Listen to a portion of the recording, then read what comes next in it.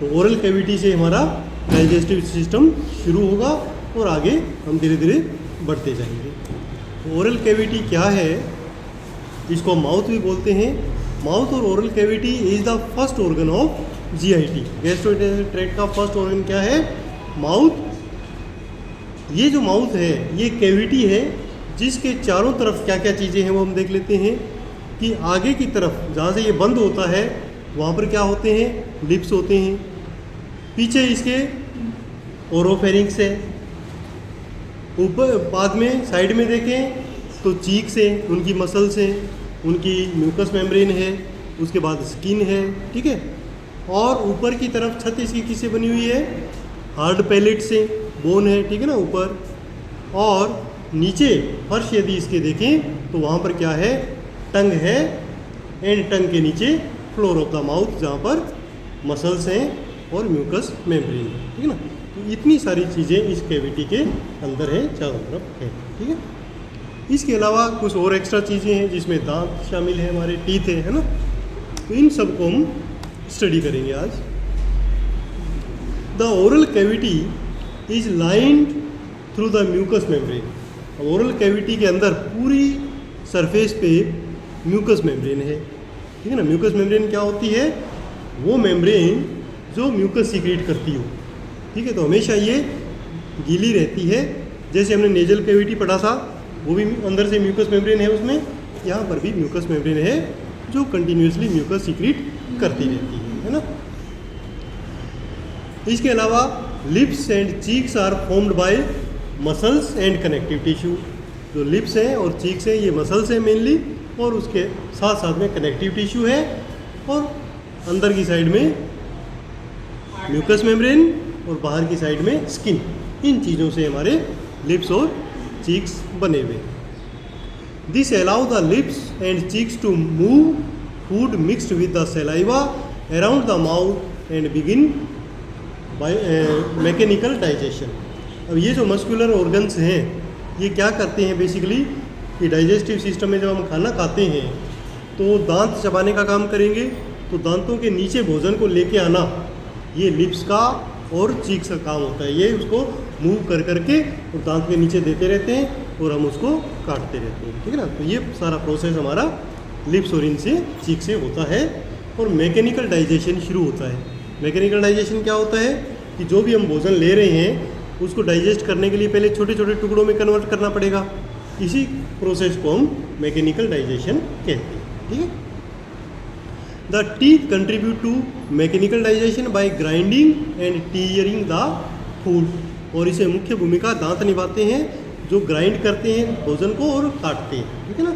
अलग अलग दांत होते हैं हमारे, कुछ काटने वाले, कुछ चीरने वाले और कुछ पीसने वाले या ग्राइंडिंग वाले। इनके बारे में भी हम आगे स्टडी करेंगे। और इस प्रोसेस के दौरान हमारे मुंह में जो सलाइवा होता है वो इस भोजन के साथ मिक्स होता रहता है, ठीक है ना। सलाइवा भी कंटिन्यू प्रोड्यूस होता है, इसके बारे में भी हम आगे स्टडी करेंगे। अच्छा, और डिटेल में यदि देखें तो जो ओरल कैविटी है वो पैलेट से बनी हुई है। पैलेट दो टाइप का है, आगे की ओर हार्ड पैलेट और पीछे की ओर सॉफ्ट पैलेट, ठीक है। तो अगर हम ओरल कैविटी को ओपन करें तो ये यहाँ आगे आगे हार्ड पैलेट होगा और पीछे यहाँ पर यहाँ तक सॉफ्ट पैलेट होगा, ठीक है ना। जो मसल्स का और म्यूकस मेम्ब्रेन का मेनली बना हुआ है। यहाँ बोन है, फिर कनेक्टिव टिश्यू है और म्यूकस मेम्ब्रेन है, ठीक है ना। सॉफ्ट पैलेट मस्कुलर होता है और लास्ट में ये कर्व डाउनवर्ड्स होता है जिसे हम यूविला कहते हैं। तो ये पीछे जो ये मुड़ा हुआ है इसको हम यूविला कहते हैं, जो सॉफ्ट पैलेट का ही एक पार्ट है, ठीक है।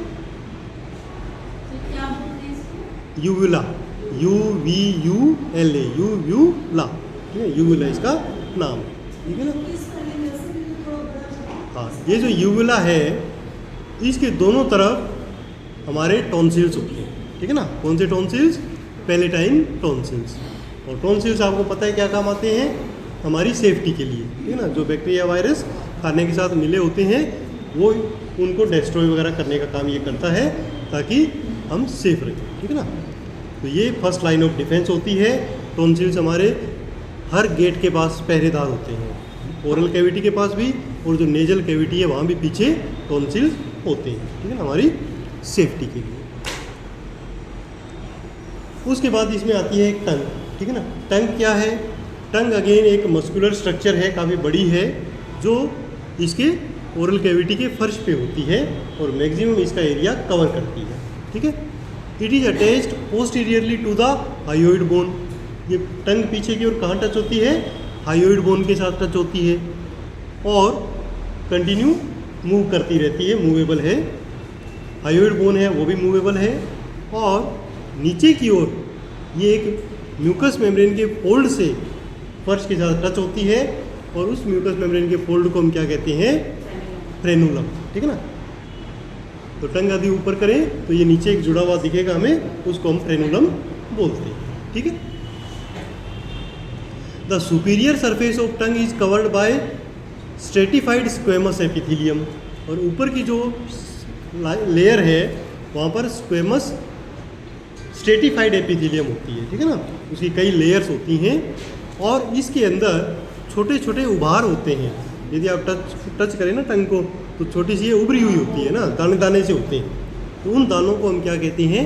पेपिला, ठीक है ना। ये दाने जो होते हैं इनको हम कहते हैं पेपिला या पेपिली।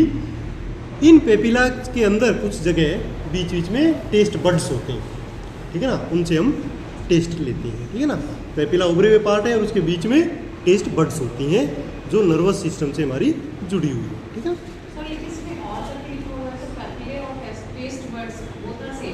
नहीं, पेपिली अलग है, ये पेपिली नहीं है एक्चुअली। पेपिली वो उभरे हुए पार्ट हैं और उसके सेंटर में टेस्ट बड्स होते हैं, ठीक है ना। ये वैसे जिसमें बुक्स में लिखा होता है तो वो सेम कॉपी किया हुआ है, तो बाकी वो एक्चुअली समझने के लिए ये समझना है कि अभी हम पिक्चर भी देखेंगे कि पेपिला उभरे हुए पार्ट है, वो पेपिला है और उसके बीच में जो नर्व एंडिंग्स होंगी वो टेस्ट बड्स होंगी, उनसे हम टेस्ट को रिसीव करेंगे, ठीक है। अच्छा, हमारी जो टंग है ये आप देख सकते हैं, इसमें 4 टाइप के पेपिला होते हैं, ठीक है ना। कौन कौन से? Vallate papilla, foliate papilla, filiform papilla and fungiform papilla, ठीक है ना। तो ये इनके डिजाइन पे निर्भर करता है कि ये किस टाइप के दिखते हैं। Apart from the sense of taste, other functions of the tongue include swallowing, holding the food around and moving the food around the oral cavity and speech। 3-4 काम हैं। एक तो टंग swallowing का काम करती है कि जब हम भोजन को अच्छी तरह छोटे छोटे टुकड़ों में बांट लेते हैं तो फिर टंग ऐसे प्रेशर लगाती है और भोजन स्वालो कर लेते हैं, है ना।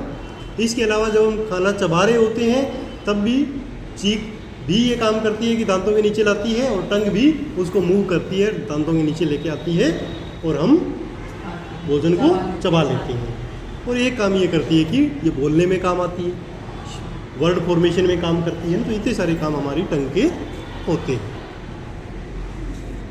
उसके बाद आते हैं टीथ, ठीक है ना। टीथ का मेन काम क्या है? बेसिकली सब लोग जानते ही हैं कि भोजन को छोटे छोटे टुकड़ों में कन्वर्ट करना, ठीक है ना। और इसके लिए कई काम करने पड़ते हैं, काटना, चीरना, पीसना, है ना। उनके लिए हमारे पास अलग अलग टाइप के, अलग अलग शेप के दांत होते हैं, ठीक है ना। तो teeth are the hardest substance of the human body. हमारी बॉडी में जो सबसे टाइट चीज़ है वो टीथ है। इवन बोन भी हमें टाइट लगती है, बट बोन से भी ज़्यादा हार्ड हमारे दांत होते हैं, ठीक है ना। The teeth are hardest substance of the human body. Besides being essential for chewing, teeth play important role in speech. Chewing तो करते ही करते हैं, बोलने में भी काम आते हैं। तो आप लोगों ने फील किया होगा जब दांत टूटते होते हैं, टूटे हुए होते हैं, तो आवाज़ अलग टाइप की निकलती है, शब्द समझ नहीं आते हैं ना। तो वो दांत और टंग के मिक्सचर से उनका कहाँ टच होना है उसके हिसाब से शब्द निकलते हैं, ठीक है ना। तो दोनों टाइप के काम टीथ भी करता है, चबाने का और बोलने का। The teeth are embedded in the alveoli और socket of the alveolar ridge of mandible and maxilla. Basically teeth कहाँ घुसे होते हैं, दसे होते हैं? बोन्स के अंदर, नीचे मैक्सिला में और ऊपर वाले मैंडिबल में दसे होते हैं और बाद में उसमें साइड में कनेक्टिव टिश्यू से ये वो फिक्स होते हैं, उनको हम गम्स कहते हैं ना। और गम्स के बाद में फिर म्यूकस मेम्ब्रेन होती है, ठीक है ना। तो बेसिकली अंदर इतने टाइट फिक्स होते हैं बोन्स के साथ कि आराम से हम चीज़ों को चबा पाते हैं, जोर लगा पाते हैं, ठीक है ना। Babies are born with 2 sets of dentitions. जो बच्चे जब जन्म लेते हैं उस समय भी उनके अंदर, बोन्स के अंदर 2 सेट होते हैं दांतों के। एक तो दूध के दांत, डेसिडुअस दांत, और दूसरा परमानेंट टीथ। तो परमानेंट टीथ हाँ वो हमेशा से ही होते हैं, वो अंदर होते हैं, निकलते बाद में, ठीक है ना। दोनों सेट बने हुए तैयार रहते हैं, निकलना बाद में शुरू करते हैं। पहले दूध वाले आते हैं, धीरे धीरे निकलना शुरू होते हैं, बाद में वो टूटते हैं, परमानेंट वाले आते हैं, ठीक है ना। At birth the teeth of both dentitions are present in immature form. Immature होंगे, छोटे छोटे होंगे, और बाद में वो बाहर वहाँ से निकलते हैं, ठीक है। टेम्परेरी या जो डेसिडुअस टीथ होते हैं, वो डेसिडुअस टीथ या टेम्परेरी टीथ कहेंगे, या मिल्क टीथ भी, दूध के दांत इनको बोल सकते हैं। Temporary teeth begin to appear at the age of 6 month. ये सबको पता ही है ना कि 6 महीने में वो दांत निकलने शुरू होते हैं। टोटल जो टेम्परेरी टीथ होते हैं वो हमारे पास 20 होते हैं, ठीक है ना। 10 दोनों, 10 नीचे 10 ऊपर, और बाद में वो 32 हो जाते हैं, 16 नीचे 16 ऊपर, है ना। दूध वाले तो ये टेम्परेरी वाले तो 20 ही होते हैं। And these are replaced by the age, नहीं, ये रिप्लेस होना शुरू हो जाते हैं at the age 6 year. 6 year पे दूध वाले टूटना शुरू होंगे और परमानेंट वाले आने शुरू होंगे। बट पूरे ये आ जाते हैं लगभग 18 से 20 साल की एज में, ठीक है ना। तो 18 से 20 साल का अगर उससे पहले का बच्चा देखेंगे तो उसमें 32 दांत नहीं होंगे, कम होंगे। बाद में फिर वो पूरे होते हैं 32। वो अक्ल जाट लास्ट में आती है ना, तो वो वाली है ना। तो वो 16 दांत होंगे ऊपर और 16 दांत होंगे नीचे। अब नेक्स्ट इसके अंदर आता है टाइप्स ऑफ टीथ। दांत कितने प्रकार के हैं? तो हमारे जो पूरे 32 दांत हैं उनमें अलग अलग डिजाइन के दांत हैं, और उन डिजाइन के आधार पर ही हम इनको टाइप्स में डिवाइड करते हैं। तो we have 4 types of teeth depending upon shape and function. कि उसकी शेप और फंक्शन के आधार पे 4 प्रकार के हैं। कौन कौन से? इनसाइजर्स, सबसे पहले आते हैं इनसाइजर्स, ठीक है ना। तो बिल्कुल सामने के जो दांत हैं वो इनसाइजर्स होते हैं, और सबसे पहले यही आते हैं, है ना। 4 होते हैं, 2 नीचे 2 ऊपर, है ना, 2 नीचे 2 ऊपर। The 4 front teeth in the both upper and lower jaw are called incisors, ठीक है ना। 2 ऊपर 2 नीचे इनसाइजर्स होते हैं। ये इसकी रूट है, नहीं ना, ये फ्रंट वाले, ये इनसाइजर्स हैं। ये जो है ये इसकी एक ही रूट होती है, ये रूट है, और ये ऊपर का दिखने वाला जो हमें बाहर दिखाई देता है ना। Their primary function is to cut the food, और ये इनका काम क्या है? काटना, ठीक है ना। ये शार्प होते हैं तो ये काटते हैं चीज़ों को। 2 incisor are on either side of the mid line. जो मिड लाइन है उसके एक इधर ऊपर और एक इधर नीचे, ये इंसाइजर्स होते हैं। 2 adjacent teeth to the central incisor are known as lateral incisor, ठीक है ना। इधर जो साइड में होंगे वो लेटरल इंसाइजर होंगे। The incisor have single root and sharp incisional edge. Root इसकी एक ही होती है और ऊपर जो एज होता है वो काटने वाला होता है, ठीक है ना।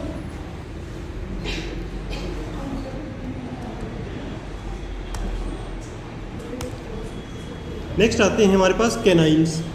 कैनाइन्स क्या होते हैं? कैनाइन्स काटने वाले हैं, चीरने वाले इसको कहते हैं ना। चीरने वाले होते हैं, ये तीखे होते हैं। वो तो ऊपर से फ्लैट होते हैं और ये तीखे होते हैं, जो इन केस लेटरल साइड में होंगे, ठीक है ना। जहाँ हमारे इंसाइजर खत्म होंगे उसके बाद एक ये हमारे कैनाइन होंगे, है ना। 4 कैनाइन है, एक इधर, एक नीचे, एक इधर, 4 कैनाइन होंगे। अच्छा, they are behind the adjacent of the lateral incisor. Incisor के साइड में होंगे। Their main function is to tear the food. Food को चीरने के काम आते हैं, ठीक है। दे हैव सिंगल रूट, इनकी भी सिंगल रूट ही होती है। तो जो सिंगल रूट वाले होते हैं उनको निकालना आसान होता है। जो डॉक्टर निकालते हैं ना तो ये कम पेन करते हैं और ईजिली निकल जाते हैं। जितनी ज़्यादा रूट होंगी उतना ही उसको निकालना मुश्किल होता है और वो उतने मजबूत होते हैं। अच्छा, they have longest route of any teeth. इनकी जो रूट होती है वो काफ़ी लंबी जाती है, गहराई में ज़्यादा होती है, सिंगल होती है ना। नेक्स्ट आता है प्रीमोलर, ठीक है ना। अब इनके आगे साइड में प्रीमोलर्स होंगे, जाड़ जिसको कहेंगे, है ना। These teeth are located behind and adjacent to the canines, canine के इधर और थोड़ा पीछे की ओर, ये घूमना शुरू कर देते हैं ना तो ये थोड़ा सा पीछे की तरफ जाते हैं। And these are design to crush the food, और ये फूड को क्रश करने के लिए काम में आते हैं, ठीक है ना। इनके ऊपर कस्प बने होते हैं, ठीक है ना, कस्प मतलब अलग अलग ये ऐसे उभरे हुए पार्ट इसमें होते हैं, जिनके बीच में आने से दांत जो भोजन है वो चूर्ण बन जाता है, पीसा जाता है ना। देयर आर 8 प्रीमोलर्स, ठीक है ना, 8 प्रीमोलर हैं, 2 इधर 2 इधर 2 नीचे 2 इधर, ठीक है ना, टोटल 8 हमारे पास प्रीमोलर होंगे। इनके 3 से 4 कस्प होंगे। कस्प क्या होते हैं? जो ऊपर उभार बने हुए होते हैं, है ना। तो कईयों में 3 कस्प होते हैं, कईयों के 4 कस्प होते हैं। और इनकी जो रूट होती है वो 2 होती है, 2 रूट होंगी। तो ये थोड़ा सा जो आगे हमने स्टडी किए उनसे मजबूत होते हैं, मजबूती से जुड़े होते हैं बोन के साथ और ज़्यादा काम करते हैं। तो आप लोगों ने देखा होगा आगे से तो हम कम ही काम में लेते हैं, ज़्यादा चबाने के ही काम आते हैं, तो इसलिए वहाँ पर मजबूती देने के लिए 2 रूट होती है, ठीक है। अच्छा, there are no premolar in primary dentition. जो प्राइमरी डेंटिशन है उसमें प्रीमोलर नहीं होते, ठीक है। जो दूध वाले दांत हैं उसमें प्रीमोलर नहीं होते। जो दूध वाले दांत होते हैं उसमें प्रीमोलर नहीं होते हैं, उसमें कैनाइन के बाद डायरेक्ट मोलर होते हैं, है ना। उसके बाद मोलर आते हैं, मोलर उसके भी पीछे हैं, ठीक है ना। The posterior teeth, most posterior teeth जो सबसे पीछे होते हैं वो मोलर्स होते हैं। They have broad and flat surface, सबसे चौड़े होते हैं। इसमें 4 से 5 कस्प होते हैं, जो पीछे उभरे हुए पार्ट होते हैं ना उसमें या तो 4 होंगे या 5 होंगे। And they are design to grind the food, और ये भोजन को बिल्कुल पीसने के काम में आते हैं। Mandibular molars typically have 2 root, mandible वाले जो होते हैं उनमें 2 रूट होती हैं, और जो ऊपर मैक्सिला में होते हैं उसमें 3 रूट होती हैं। तो इसीलिए आपने सुना होगा कि ऊपर वाला पीछे का दांत निकालना मुश्किल होता है, क्योंकि उसमें 3 रूट हैं और इसके अंदर 2 रूट, ठीक है ना। उसके बाद आते हैं हमारे पास दांतों की संरचना, कि ये जो दांत हैं ये बने कैसे होते हैं। तो बेसिकली दांत में 3 चीज़ें होती हैं। हाँ, नीचे वाले में 2, ऊपर वाले में 3, ठीक है ना। मैंडिबल वाले में 2 और ऊपर वाले में 3 होते हैं। रूट दांत की जड़, दांत की रूट 3 होती है। वैसे तो दांत तो अलग अलग निकलता है, अलग अलग निकलेगा, बट उसमें 3 रूट होंगी ऊपर वाले में और इसमें 2 रूट होंगी।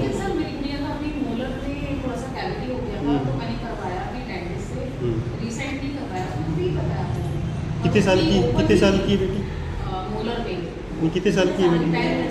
10 की है ना। हाँ,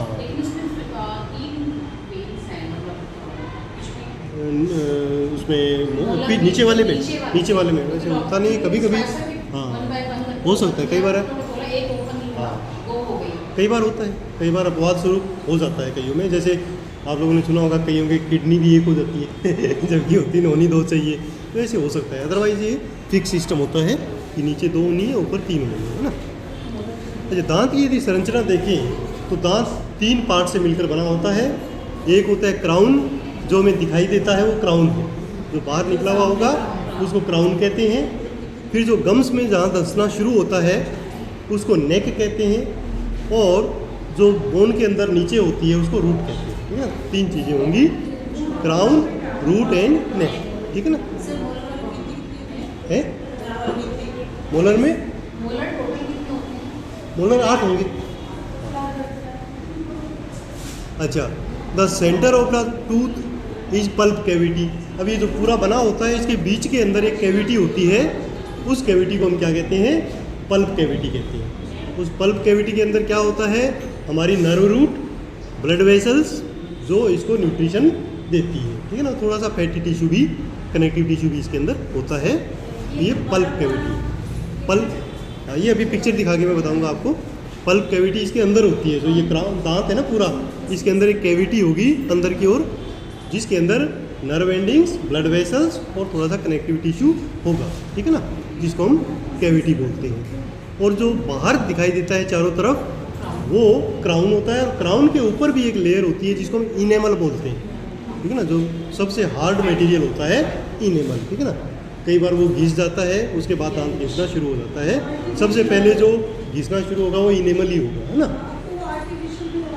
हाँ तो वो तो दांत लग ही जाते हैं। हाँ आर्टिफिशियल में तो शेप सेम होती है, वो उसके अंदर घुसा देते हैं, है ना। इम्प्लांट जिसको बोलते हैं, है ना, वो इम्प्लांट करा सकते हैं। तो कोशिश तो करनी चाहिए कि ओरिजिनल ही रहे, इम्प्लांट की जरूरत ही ना पड़े, है ना। अच्छा, अब एक सब्सटेंस और होता है इसके अंदर, सीमेंट। सीमेंट क्या है कि जहाँ पर बोन और वो दांत आपस में मिलेगा तो उसको चिपकाने के लिए नेचुरली एक मटेरियल होता है जिसको हम सीमेंट बोलते हैं। तो वो गॉड गिफ्टेड ही होता है, वो उसके साथ चिपका होता है। जब अपन उसको दांत को निकालते हैं, डेंटिस्ट निकालते हैं, तब वो सीमेंट टूटती है और फिर वो बाहर निकलता है, ठीक है ना। तो एक प्रकार से ये जॉइंट करने का एक मटेरियल है जिसको सीमेंट कहते हैं, है ना। तो ये सारी चीज़ें हमारी इसके अंदर होती है। और जो रूट होती है उसके लास्ट में एक छेद होता है, उस छेद में से नर्व रूट निकल, जो नर्व होती है वो निकलती है और ब्लड वेसल्स निकलती हैं या इसके अंदर जाती है। तो ये एक शेप होती है।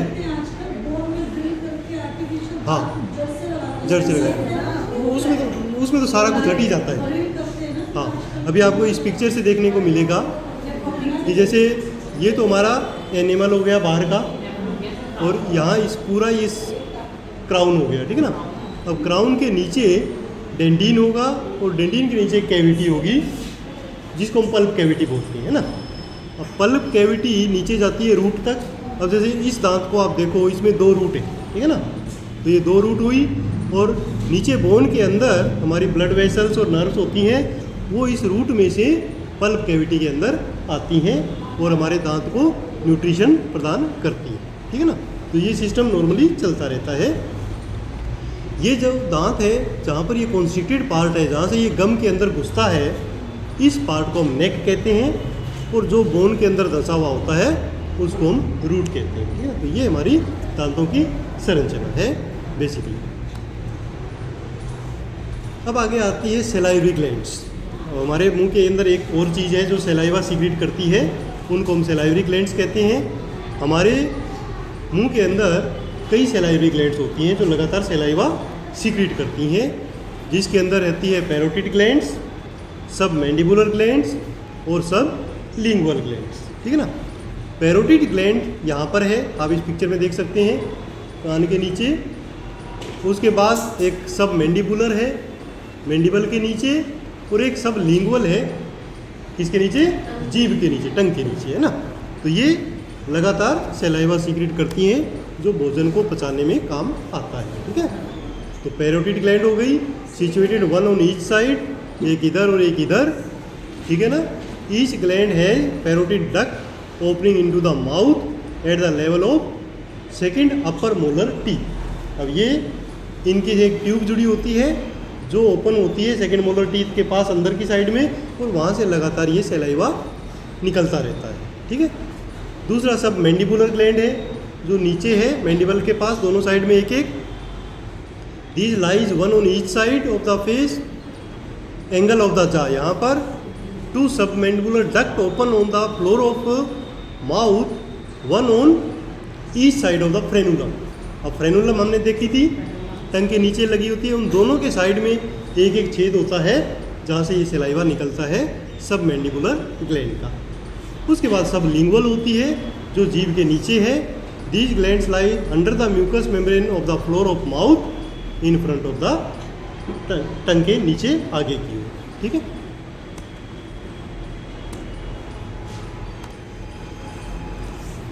अब आता है सलाइवा क्या है, सलाइवा किस चीज़ से बना हुआ है, कंपोजिशन क्या है। तो saliva is combined secretion of salivary gland and mucus secreting glands. तो सलाइवा जो हम लार्ज कहते हैं वो एक मिक्सचर है सलाइवरी ग्लैंड्स का सीक्रेशन एंड म्यूकस ग्लैंड्स का सीक्रेशन। इसका जो मिक्सचर बनता है उसको सलाइवा कहते हैं। लगभग हमारी बॉडी में, हमारे मुंह में 1.5 litre saliva per day produce होता है, लगातार चलता रहता है, कभी कम कभी ज़्यादा। जब खाना खाना होता है तब ज़्यादा निकलता है, नॉर्मली भी वो चलता रहता है, ठीक है ना, मुंह को गीला रखने के लिए, और खाना खाते समय ज़्यादा निकलता है।